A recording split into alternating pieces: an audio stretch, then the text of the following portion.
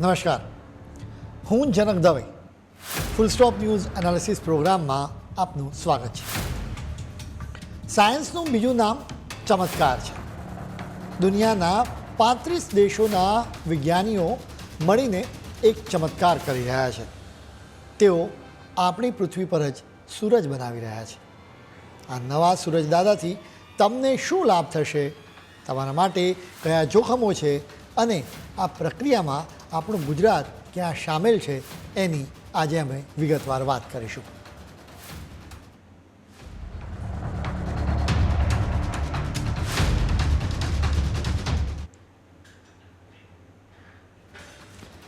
આપણા ગુજરાતીમાં કહેવત છે કે નકલમાં અકલ નહીં. જો કે વિજ્ઞાનીઓ અકલ વાપરીને નકલ કરી રહ્યા છે. નકલ પણ કોની? ભગવાનની. જેમ કે ભગવાને આપણને બુદ્ધિ આપી તો માણસો કૃત્રિમ બુદ્ધિ બનાવવા લાગ્યા. કૃત્રિમ બુદ્ધિ એટલે આર્ટિફિશિયલ ઇન્ટેલિજન્સ. કૃત્રિમ લોહી બનાવવા પણ પ્રયાસો તો ચાલી જ રહ્યા છે. એટલું જ નહીં, હવે કૃત્રિમ સૂર્ય બનાવવા માટે પણ વિજ્ઞાનીઓ પ્રયત્ન કરી રહ્યા છે. સ્વાભાવિક રીતે કોઈના પણ મનમાં સવાલ થાય કે પૃથ્વીથી સૂર્ય લગભગ 15 કરોડ કિલોમીટર દૂર છે. એમ છતાં 5 ડિગ્રી ગરમી વધી જાય તો પ્રોબ્લેમ થઈ જાય છે. એસી નીચે બેસી રહેવું પડે છે. અહીં તો પૃથ્વી પર જ સૂર્ય બનાવવાની વાત છે, તો શું થશે? બધા સળગી જશે? ખેર, કૃત્રિમ સૂર્યને લઈને જુદા જુદા સવાલો છે. આ આખી વાત ખૂબ મજેદાર છે. જો આ કૃત્રિમ સૂર્ય બનશે તો દુનિયાની લગભગ મોટા ભાગની સમસ્યાઓનો ઉકેલ આવી જશે. નકલી સૂર્યની વાત છે તો દક્ષિણ કોરિયાએ બનાવેલા નવા વર્લ્ડ રેકોર્ડના સમાચાર તમે જોયા કે વાંચ્યા જ હશે. કોરિયાનો કૃત્રિમ એટલે કે નકલી સૂર્યનું તાપમાન 10 કરોડ ડિગ્રી સેલ્સિયસ હતું. હવે નકલી સૂર્ય અને અસલી સૂર્ય વચ્ચે સરખામણી કરીશું. સૂર્યના બહારના તાપમાન કરતાં એના કોર એટલે કે મધ્ય ભાગનું તાપમાન વધારે હોય છે. સૂર્યના મધ્ય ભાગનું તાપમાન લગભગ 1.50 કરોડ ડિગ્રી સેલ્સિયસ છે, જ્યારે નકલી સૂર્યનું તાપમાન 10 કરોડ ડિગ્રી સેલ્સિયસ છે. એટલે નકલી સૂર્યની અસલી સૂર્યને ઓપન ચેલેન્જ હોય એમ જ લાગે. જો કે ટાઈમિંગ મહત્ત્વનો છે. અસલી સૂર્ય તો આદિ અનંતકાળથી સળગતો રહ્યો છે. જો કે કોરિયાનો આ કૃત્રિમ સૂર્ય માત્ર 48 સેકન્ડ સુધી જ સળગતો રહ્યો. કોરિયાના કૃત્રિમ સૂર્યે 2021માં પણ એક રેકોર્ડ બનાવ્યો હતો. એ સમયે પણ તાપમાન 10 કરોડ ડિગ્રી સેલ્સિયસ સુધી પહોંચી ગયું હતું. જો કે એ વખતે આટલું તાપમાન માત્ર 30 સેકન્ડ સુધી જ રહ્યું હતું. આજે દુનિયાભરમાં ન્યુક્લિયર ફ્યુઝન રિએક્ટર્સ માટે રેસ ચાલી રહી છે. ચીને પણ આ મામલે બધાને ચોંકાવ્યા હતા. ચીનનો કૃત્રિમ સૂર્ય 17 મિનિટ કરતાં વધુ સમય સુધી સળગતો રહ્યો હતો. જો કે ટેમ્પરેચર 7 કરોડ ડિગ્રી સેલ્સિયસ હતું. હવે સવાલ એ છે કે આ નકલી સૂર્ય શા માટે બનાવવો જોઈએ? એને કેવી રીતે બનાવી શકાય? આ આખી માહિતી થોડીક સાયન્ટિફિક છે, પરંતુ ખૂબ જ મજેદાર છે. વળી જાણવી પણ ખૂબ જરૂરી છે. ઓરિજિનલ સૂર્ય તો સરેરાશ 10થી 12 કલાક આપણને જોવા મળે છે. જો કે નકલી સૂર્ય તો 24 કલાક રહેશે. અસલી સૂર્યને સ્વાભાવિક રીતે આપણે જોઈ શકીએ છીએ. હવે અમે નકલી સૂર્યનું તમને સરનામું પણ આપીશું. આ નકલી સૂર્ય મુખ્યત્વે ફ્રાન્સમાં છે. એ સિવાય પણ બીજા કેટલાક દેશોની લેબોરેટરીમાં છે. અસલી સૂર્યની એનર્જી માણસ કંટ્રોલ ન કરી શકે, બલકે આપણે સૂર્યદેવની પૂજા કરીએ છીએ. જો કે નકલી સૂર્યની એનર્જીને કંટ્રોલ કરી શકાય છે. હવે કદની વાત કરીશું.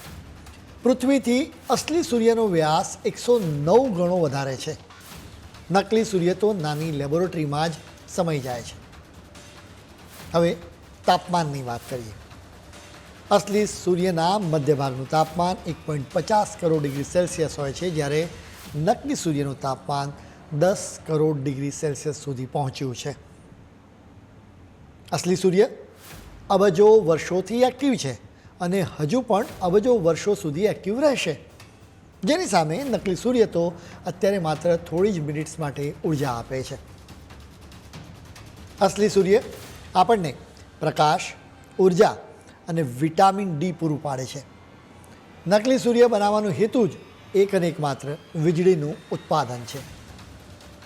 અસલી સૂર્ય પર સ્વાભાવિક રીતે માણસોનું નિયંત્રણ નથી, જો કે નકલી સૂર્ય પર માણસોનું નિયંત્રણ છે.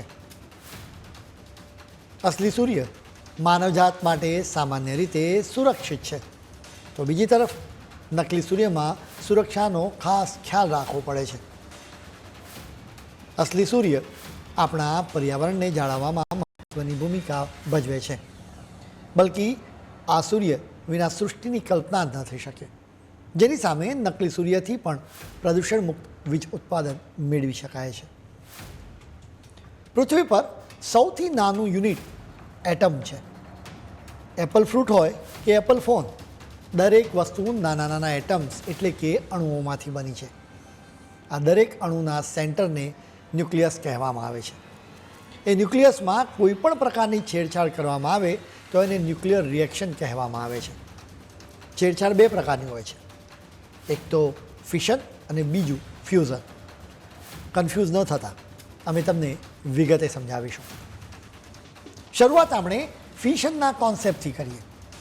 કલ્પના કરો કે તમારી પાસે એક મોટો પથ્થર છે. એ પથ્થર એટલો ભારે છે કે તમે એના પર હથોડો ફટકારો તો એના નાના નાના ટુકડા થઈ જાય. આ ટુકડા થતી વખતે ખૂબ જ એનર્જી પણ રિલીઝ થાય. આ પ્રક્રિયાને ફિશન કહેવા આવે છે. ફરક એટલો છે કે પથ્થરના બદલે વિજ્ઞાનીઓ યુરેનિયમનો ઉપયોગ કરે છે. યુરેનિયમ એક કેમિકલ એલિમેન્ટ છે. પથ્થરને તોડીએ એમ આ કેસમાં યુરેનિયમને તોડવાનું.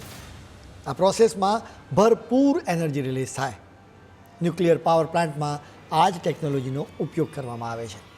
એટલું જ નહીં, ન્યુક્લિયર બોમ્બ બનાવવામાં પણ આ જ ટેકનોલોજીનો ઉપયોગ થાય છે.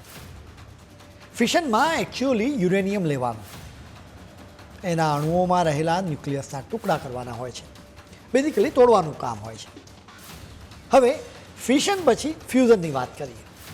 નકલી સૂર્ય બનાવવામાં આ જ ફ્યુઝન ટેકનોલોજીનો ઉપયોગ થાય છે.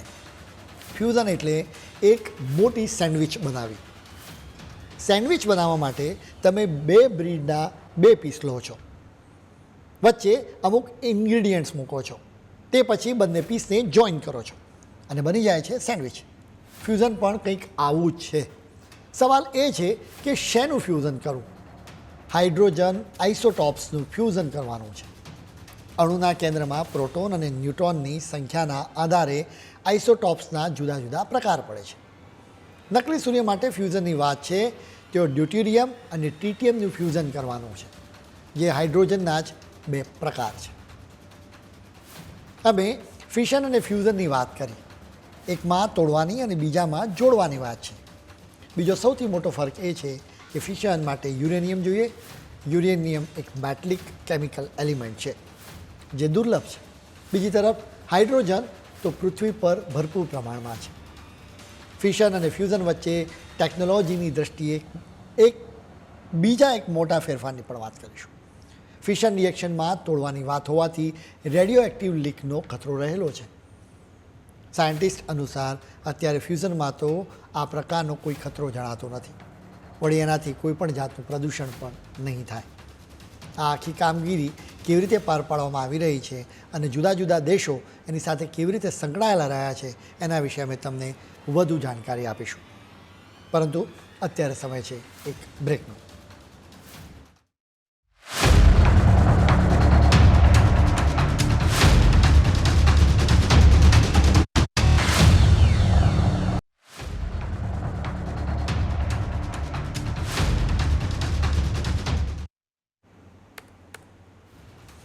બ્રેક બાદ આપનું સ્વાગત છે. અમે કૃત્રિમ સૂર્ય બનાવનારા દક્ષિણ કોરિયા અને ચીનની વાત કરી હતી. હકીકત એ છે કે આ કોઈ થોડા ઘણા દેશની વાત નથી, બલકે દુનિયાના 35 દેશો સાથે મળીને કૃત્રિમ સૂર્ય બનાવી રહ્યા છે. આ દેશોમાં અમેરિકા, રશિયા, ચીન, સમગ્ર યુરોપ અને ભારત પણ સામેલ છે, જેની હેડ ઓફિસ ફ્રાન્સમાં છે, જ્યાં ફ્યુઝન રિએક્ટર બની રહ્યું છે, જેનું નામ ઇન્ટરનેશનલ થર્મોન્યુક્લિયર એક્સપેરિમેન્ટલ રિએક્ટર આપવામાં આવ્યું છે. ગ્લોબલ ન્યુક્લિયર ફ્યુઝન રિએક્ટર એટલે કે કૃત્રિમ સૂર્ય માટે છેક 2010માં કન્સ્ટ્રક્શન શરૂ કરવામાં આવ્યું હતું. જો કે શરૂઆતથી જ આ પ્રોજેક્ટ વિલંબ અને પડકારોનો સામનો કરી રહ્યો છે. આ પ્રોજેક્ટનો ખર્ચ કોણ ઉઠાવે છે એ પણ સવાલ થાય. એનો જવાબ એ છે કે આ તમામ 35 દેશો આર્થિક અને ટેકનિક રીતે યોગદાન આપે છે. સ્વાભાવિક રીતે સવાલ થાય કે આ 35 દેશોમાંથી ફ્રાન્સને જ કેમ પસંદ કરાયું. સૌપ્રથમ તો ફ્રાન્સમાં કેડરેક જગ્યા લોકેશનની દ્રષ્ટિએ પરફેક્ટ હતી. બીજું કે ન્યુક્લિયર રિસર્ચ માટે પણ અહીં જરૂરિયાત મુજબનું જ ઇન્ફ્રાસ્ટ્રક્ચર હતું. જો કે જુદા જુદા દેશોને જુદી જુદી કામગીરી આપવામાં આવી છે. ચીનને કહેવામાં આવ્યું છે કે તમે આગ લગાડો, એટલે કે નકલી સૂર્યને સળગાવો. દક્ષિણ કોરિયાને પણ એવી જ જવાબદારી આપવામાં આવી છે. ભારતને પણ અમુક જવાબદારી આપવામાં આવી છે. એટલે ભારતનો પણ કૃત્રિમ સૂર્ય બનાવવામાં રોલ રહેલો છે. એટલે કોઈ એક દેશ આગળ નીકળી જશે એવી કોઈ વાત નથી. બધાએ ટેકનોલોજી શેર કરવાની છે. આ કૃત્રિમ સૂર્યથી કેવી રીતે વીજળી જનરેટ થઈ શકે એની અમે વાત કરીશું. અમે ફ્યુઝન ટેકનોલોજી વિશે જાણકારી આપી હતી. સાથે જ અમે તમને 2 ટાઈપના હાઇડ્રોજન, ડ્યુટેરિયમ અને ટ્રિટિયમની પણ જાણકારી આપી હતી. જેમ બ્રેડના 2 પીસને મિક્સ કરી દેવાથી કામ પૂરું થતું નથી, એ તો સિમ્પલ સેન્ડવિચ કહેવાય. તમારે એને બેક કરવી પડે. ફ્યુઝનમાં પણ હાઇડ્રોજનના 2 આઇસોટોપ ડ્યુટેરિયમ અને ટ્રિટિયમને જોડવાથી કામ ન થાય. એવી સ્થિતિમાં તેમને ખૂબ જ ગરમી પણ આપવી પડે. સવાલ એ છે કે જેને આપણે જોઈ ન શકીએ એવા હાઇડ્રોજનના આઇસોટોપ્સને કેવી રીતે જોડી શકાય. ક્રિએટિવ વિજ્ઞાનીઓએ એનો પણ ઉકેલ શોધી નાખ્યો છે. ચુંબકની અદૃશ્ય તાકાતનો તમે અનુભવ કર્યો હશે. એનાથી 2 ચુંબક એકબીજા સાથે જોડાય છે. વિજ્ઞાનીઓએ પણ વિશાળ ચુંબક બનાવ્યા છે. એનાથી હાઇડ્રોજન અને ટ્રિટિયમ એકબીજા સાથે જોડાયેલા રહે છે અને તેમને કંટ્રોલ કરી શકાય છે. એટલે ફ્યુઝન માટે પરફેક્ટ સ્થિતિ રહે છે. જો કે આ 2 આઇસોટોપને સાથે લાવ્યા બાદ તેમને સળગાવવા પણ જરૂરી છે. એના માટે વિજ્ઞાનીઓ સુપર પાવરફુલ લેઝર્સનો ઉપયોગ કરે છે અને આખરે પાવર જનરેટ કરી શકાય અને તમારા ઘરમાં અજવાળું થાય. આખી પ્રક્રિયા માટે ટોકામેક નામનું ડિવાઇસ બનાવવામાં આવ્યું છે, જેમાં પાવરફુલ મેગ્નેટિક ફિલ્ડથી હાઇડ્રોજનના આઇસોટોપ્સને કંટ્રોલ કરી શકાય છે. આ એક રશિયન શોધ છે. અમેરિકા અને યુરોપે પણ કૃત્રિમ સૂર્ય માટે એના પર જ આધાર રાખવો પડે છે. આજની તારીખે જેટલા પણ ન્યુક્લિયર ફ્યુઝન રિએક્ટર એટલે કે કૃત્રિમ સૂર્ય બની રહ્યા છે એ મોટા ભાગે ટોકામેક પર જ આધારિત છે. અમે તમને આ પહેલાં કહ્યું હતું કે ચીન અને દક્ષિણ કોરિયા અસલી સૂર્યના મધ્ય ભાગ કરતાં પણ વધારે ગરમી પેદા કરી શક્યા છે. જો કે એ ગરમી માત્ર થોડી મિનિટ્સ જ રહી. જો કરોડો લોકોના ઘરોમાં વર્ષના 365 દિવસ વીજળી પહોંચાડવાની હોય તેવો કૃત્રિમ સૂર્ય બનાવવો પડે જે હંમેશા સળગતો રહે. બસ આ જ મુશ્કેલી છે. આ જ દિશામાં સાયન્ટિસ્ટ અત્યારે પ્રયાસ કરી રહ્યા છે. કૃત્રિમ સૂર્ય 2035 સુધીમાં તૈયાર થઈ જશે એમ કહેવામાં આવી રહ્યું છે. આ કૃત્રિમ સૂર્યનું સીધું કનેક્શન આપણા ગુજરાતની સાથે પણ જોડાયેલું છે.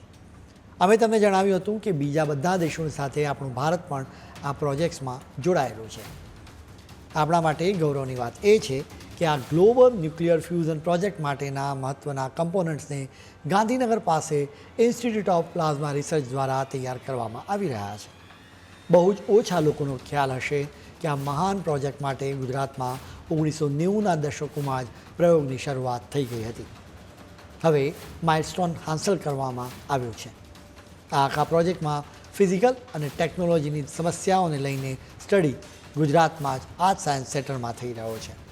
આ સાયન્સ સેન્ટરમાં ભરપૂર ડેટાબેઝ છે. ભારતનું ન્યુક્લિયર ફ્યુઝન રિએક્ટર તૈયાર કરવા માટે આ ડેટાબેઝ ખૂબ જ મહત્ત્વનો રહેશે. ઇન્સ્ટિટ્યૂટ ઓફ પ્લાઝમા રિસર્ચના સાયન્ટિસ્ટ આ આખા પ્રોજેક્ટ્સમાં ખૂબ જ મહત્ત્વનું યોગદાન આપી રહ્યા છે.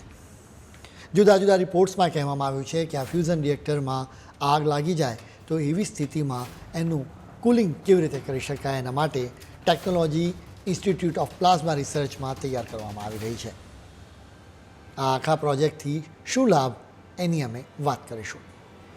હાઇડ્રોજનના 1 કિલો આ બે આઇસોટોપને મિક્સ કરવામાં આવે તો એનાથી 1500 મેગાવોટ વીજળી જનરેટ કરી શકાય. આટલી વીજળી જનરેટ કરવા માટે સામાન્ય રીતે 10,000 ટન કોલસો બાળવો પડે. એટલે જ આ કૃત્રિમ સૂર્ય આવશે તો કોલસાથી હાથ કાળા કરવાની જરૂર નહીં પડે. કોલસા કૌભાંડ અને માઇનિંગ કૌભાંડનો પ્રોબ્લેમ જ કંઈક અંશે દૂર થઈ જાય. એટલું જ નહીં, પેટ્રોલ અને ડીઝલની જરૂરત પણ નહીં પડે. ઇલેક્ટ્રિક વ્હીકલ્સ ધરાવતા લોકોને પણ લાભ થશે. અત્યારે વીજળીના દર અનેક લોકોને પરવડી શકે એમ નથી. જો કે આ કૃત્રિમ સૂર્યના કારણે તમારું ઇલેક્ટ્રિસિટીનું બિલ પણ ઓછું આવશે.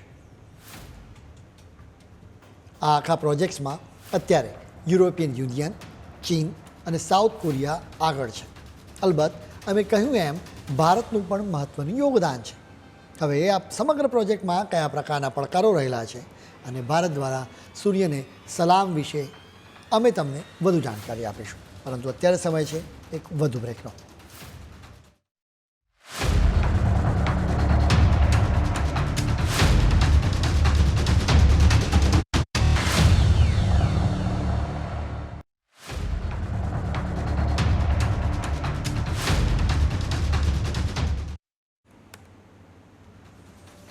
બ્રેક બાદ આપનું સ્વાગત છે. દુનિયાના 35 દેશો સાયન્સ અને ટેકનોલોજીની દુનિયામાં નવા સૂર્યોદય માટે પ્રયાસ કરી રહ્યા છે.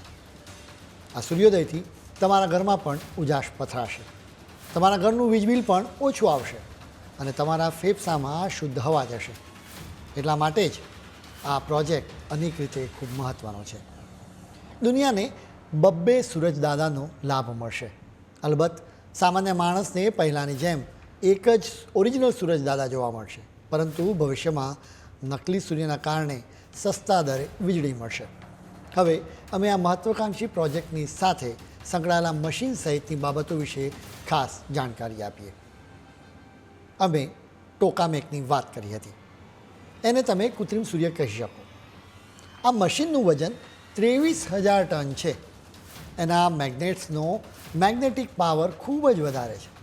મજેદાર વાત એ છે કે કૃત્રિમ સૂર્યના આ મશીનમાં ઉપયોગમાં લેવાતા મેગ્નેટનું તાપમાન -269 હોય છે. મેગ્નેટિક ફિલ્ડ પ્રોડ્યુસ કરવા માટે 10,000 ટન વજનના સુપર કન્ડક્ટિંગ મેગ્નેટનો ઉપયોગ કરવામાં આવી રહ્યો છે. હવે આ પ્રોજેક્ટ્સના ફાયદા પણ તમે જાણો. પૃથ્વી પર ભરપૂર પ્રમાણમાં હાઇડ્રોજન છે, એટલે જ એનો ભરપૂર ઉપયોગ થઈ શકે છે. કૃત્રિમ સૂર્યથી વીજળી જનરેટ કરવાથી કોઈ જ પ્રદૂષણ નહીં થાય એવો દાવો કરાયો છે. અત્યારે વીજળીના ઉત્પાદન માટે કોલસાને બાળવામાં આવે છે, ત્યારે હવામાં કાર્બન ડાયોક્સાઇડ, સલ્ફર ડાયોક્સાઇડ અને નાઇટ્રોજન ઓક્સાઇડ સહિત અનેક ઝેરી ગેસ રિલીઝ થાય છે, જેના કારણે શ્વાસની સમસ્યાઓ, હૃદયરોગ અને કેન્સરનું જોખમ પણ રહે છે. કુદરતી સૂર્ય વિટામિન ડી આપીને આપણને મજબૂત બનાવે છે. એ જ રીતે આ કૃત્રિમ સૂર્ય પણ પ્રદૂષણ ઘટાડીને આપણને વધારે તંદુરસ્ત બનાવશે. પ્રદૂષણ ઘટવાનું કારણ એ છે કે કોલસા આધારિત પાવર પ્લાન્ટ્સની જરૂર ઓછી થશે. આવા પાવર પ્લાન્ટ્સના કારણે ખૂબ પ્રદૂષણ થાય છે.